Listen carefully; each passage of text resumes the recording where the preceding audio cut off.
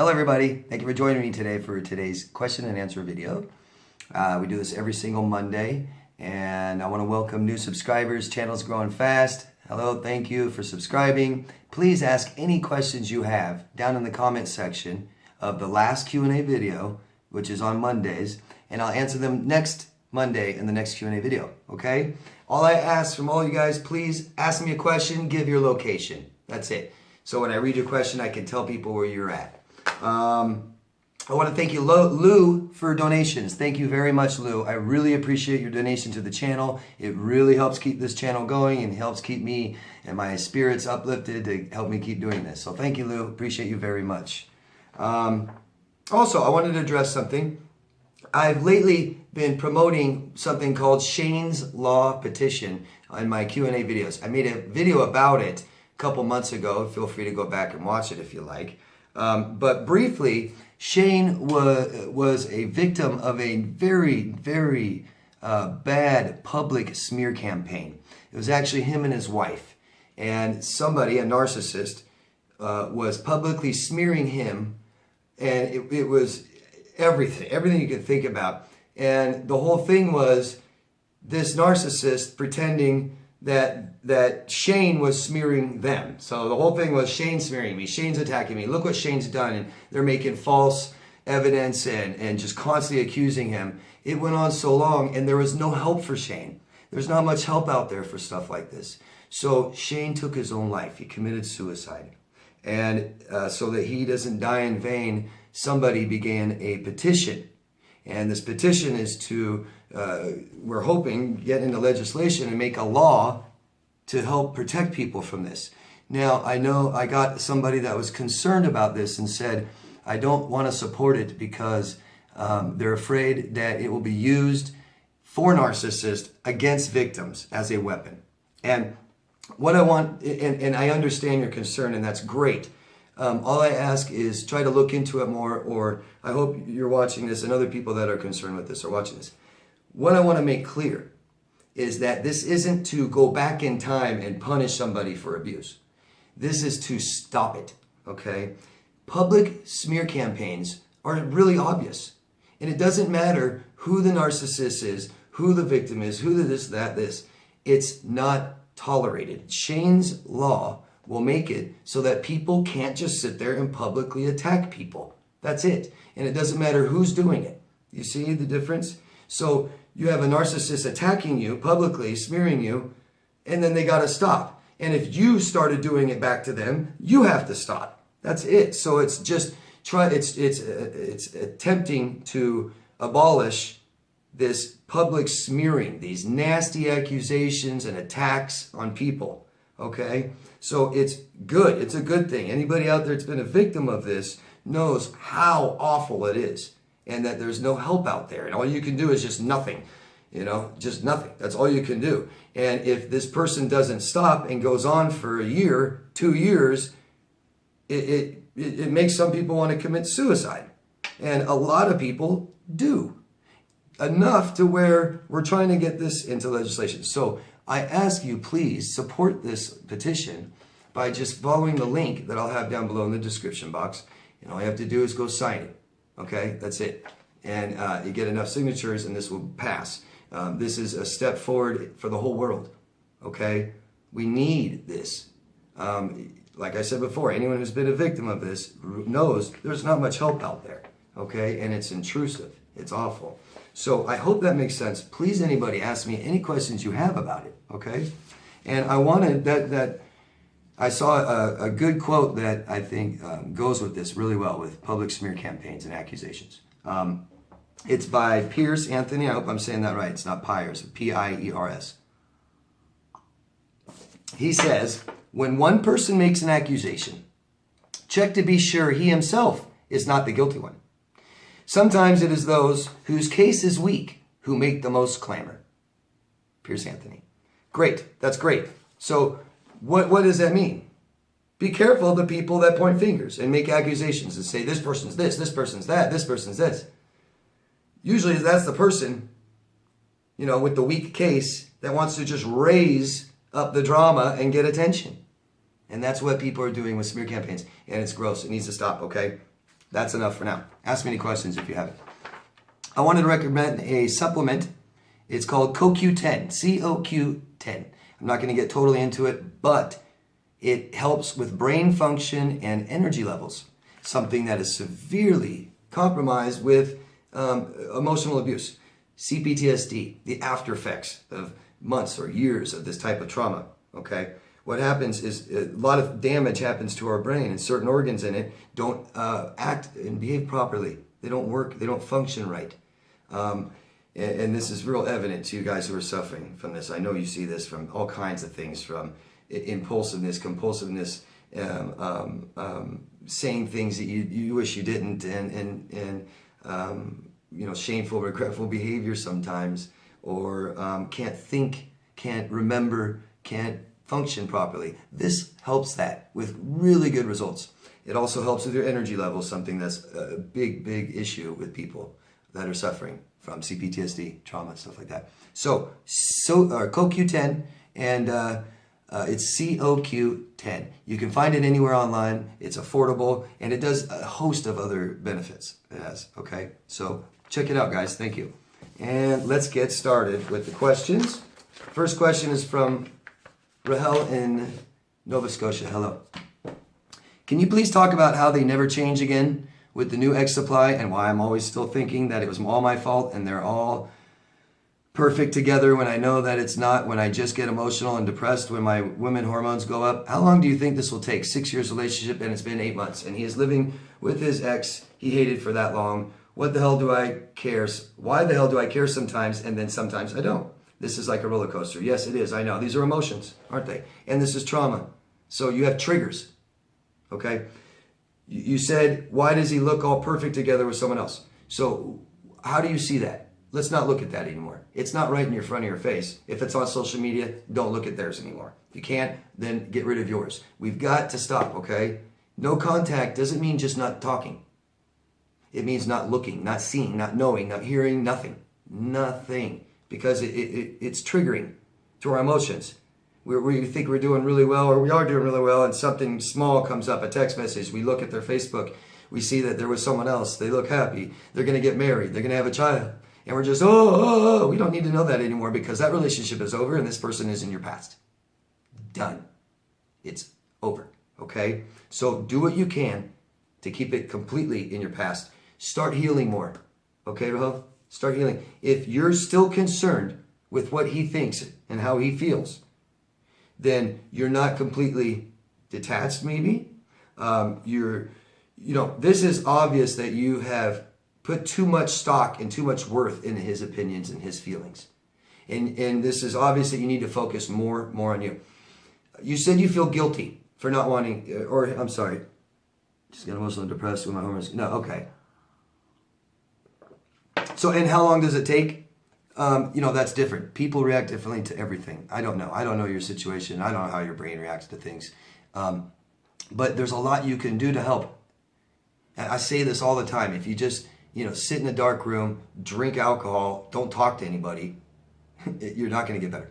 If you stimulate your brain, focus on your feelings, and start making, stronger, better relationships with healthier people, you won't care about him anymore. Okay? Hope that helps. All right? A lot of this is always just working on you. Have goals. All right? You need positive experiences with people. Push yourself to do more things in your life. Stimulate, better people, more people, things like this. Okay? It keeps our brain occupied on today and what we want to do tomorrow instead of the past. Okay? Good job. Tracy from Detroit. Hello, Tracy. Is narcissism a choice? Narcissism could be. Narcissistic personality disorder is not. The disorder is developed in childhood, and it's they're lacking things they'll most likely never get again or have a chance to get again. Narcissistic behavior could be a choice, right? Sure. But, narcissism, that's a complex question, because there are, behaviors are is a choice. They make a choice to behave that way. But if it's controlled, if they're a narcissist, then it's their personality, and that was developed through childhood, and they're deficient of things. So that they lack things, and the reason they behave the way they do is because they don't have the ability and capabilities to do the things that we do. Okay? Not excusing them, but they still make that choice of what they do, but it's like they're making that choice with only the capabilities that they have. Does that make sense? That's why they most likely won't change who they are, but they can change a lot of their behavior. They can. Doesn't mean they will. We all can stop most of our behavior or start or do things, but it doesn't mean, what we do doesn't necessarily mean that's what we are. If that makes sense. Pretty confusing. I hope it's not too confusing. And Mina from Germany, hello. I did good for 2 months, closed Facebook, blocked telephone, did not see him until yesterday in Tango. I don't know what that means. He gave a thumbs up, I saw it and blocked him in Tango right away. Now I think nothing else but on him. He has been pure evil. Why does my brain doing that to me thinking of him? Please tell me why. I don't really understand your question. Please feel free to ask me again more details. Why are you still thinking about him? Why does your brain think nothing else but him? Because it's traumatized. Okay, well, you're attached to him. You had feelings for him. You're a normal human being, right? Were you in love with him and stuff? Relationships are so important to us. They mean so much to us. And the loss of relationships, the loss of people can be damaging. It's depressing.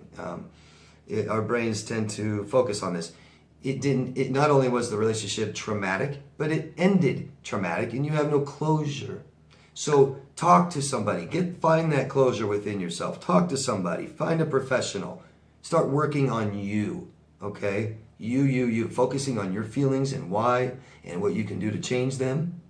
And start, having more positive life with more positive people and goals and things like this. That's what I said to the last person. But it's so important. It's so important that we change. If we don't like where we're at, then we need to make changes, okay? So we can't keep doing the same things all the time. We can't keep our life the exact same way and just find someone else. Or, just try to do this. This is major. This is life-changing. So you should change your life, probably. I go down this list all the time. Redecorate, move, buy a new car, get a new wardrobe. I'm serious. These things help if it's this bad, okay? But get support. Get support. People have done this to you. People will help you out of it, okay? The right people did this to you. The right people will help you out of it. People you can trust, okay? People that are healthy. People that have done this before, okay? Thank you. Amina, if you have more questions, ask me, please.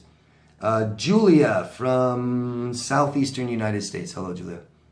Would they actually have the nerve to try and communicate with you after a year of peer smearing, stalking, flying monkeys, main source's family, all involved in the harassment? They must know that I'm aware of what they are. They don't care. They don't care if he doesn't care if he behaves all this way. He doesn't care if you know what he is. He doesn't care. This sounds sociopathic, very. Sociopaths do this kind of stalking and obsessiveness and manipulate other people to attack you. It's sociopathic. Sociopaths don't care what you think of them. Okay? You can look at people that are very nasty and publicly smearing people and go tell them what you think, and they don't care. They don't care. They don't care. So, I'm sorry. It's horrible. Would they actually have the nerve to try and communicate? Absolutely. You think they're ashamed of their behavior? They don't even know their behavior is wrong. They don't think so. It's a way to get what they want. So it doesn't matter what they do to get what they want. They're so entitled, they deserve whatever they want. They're so envious, they will destroy you to take it from you. They don't care. That's their main objective. You can tell them how nasty and gross they are. They don't care. They think you are too. Sociopaths hate the world. Sociopaths think everyone is as disgusting as they are. So you sit there and tell them what you think about them, they think you are too. It's just that they have a hateful, spiteful disdain for people in society. They don't care what you think. They're going to try and take what they want from you. And, you know, like I've said this so much, people that do this, that smear, they want to try and abuse you and control you. And when you have them blocked and you don't communicate with them anymore, they're trying to control the people around you. It's just disgusting. It could go on for so long. And I'm sorry, it's awful. But yeah, nerve. Do sociopaths, you know, have the nerve? Yeah, big time. Lola from France. Hello. Please, can you do a video or talk about their eyes? At least 3 narcs that I knew had in common very shifty eyes when in public group settings. Don't know if I'm onto something. Thank you for being you and for your generosity of awareness and valuable knowledge. You are awesome and Happy New Year. Oh, thank you, Lola. Very much. Happy New Year. Okay, eyes. You said about their eyes, narcissist. Okay, narcissist. Narcissist eyes. Let's talk about just a few, you know, the cluster B a little bit. Something I've noticed with a lot of borderlines and a lot of narcissists who suffer trauma, you know, they kind of have that,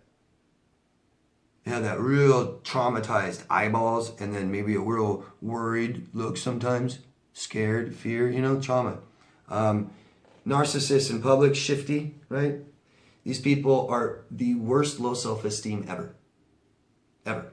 So you put a person with the worst low self-esteem in a group who doesn't have very good social skills and stuff like this, you know, emotional idiots.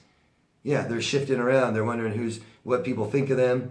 You know, a lot of these people are predatorial, so they're looking to see who they can prey on, all this stuff. A lot of these people hate society and they go around, they just hate people and judge them. You know, sociopaths will just have totally just dead eyes, just, you know, just nothing in there. Yeah, a lot of it's trauma-based, low self-esteem, things like that. Shifty eyes, want to know who's looking at them all the time. You guys is narcissists all the time. They sat and hated and picked on people and, you know, were friends with someone that walked away, talk crap about them. You know, oh, look at those people over there. Just low self-esteem. Losers. Have nothing inside for themselves. Okay? Hope that makes sense.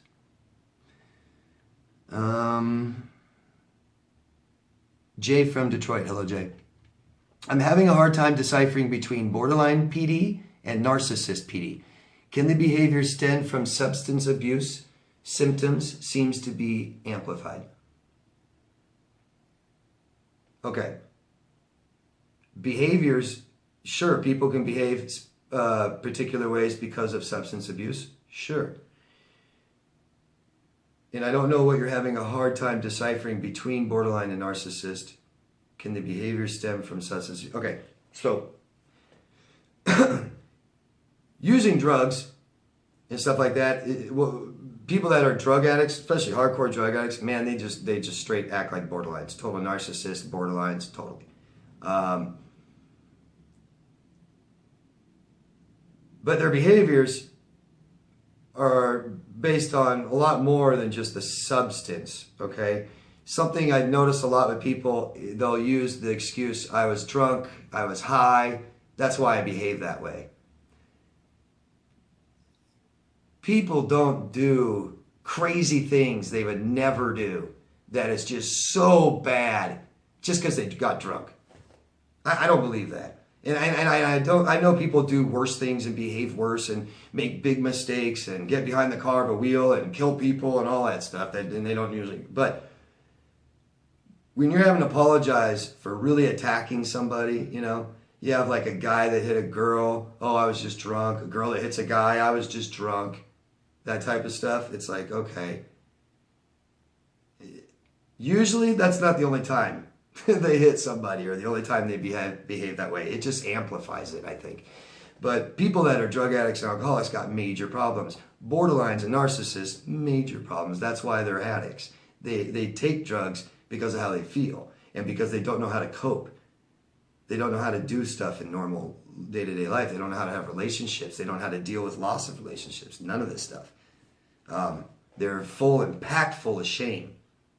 So addictions is an absolute result of shame. I hate myself. I'm a bad person. I need to feel better, and I don't mind, destroying my body because I'm a bad person. I'm a piece of crap. I'm worthless.